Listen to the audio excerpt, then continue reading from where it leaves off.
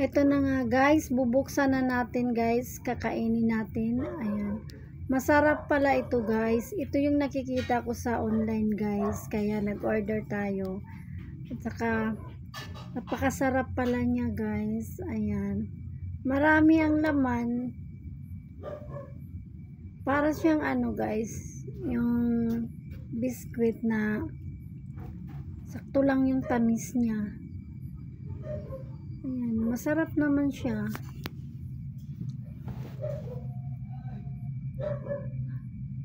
Pero yung ano niya guys, sarap niya, pwedeng ipamigay.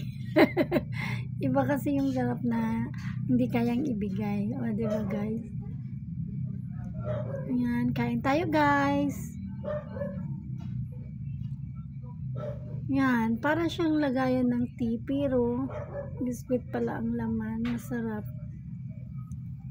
Yun lang guys, share ko lang guys. Dahil nagutom ako guys, kaya ito muna ang ating kakainin.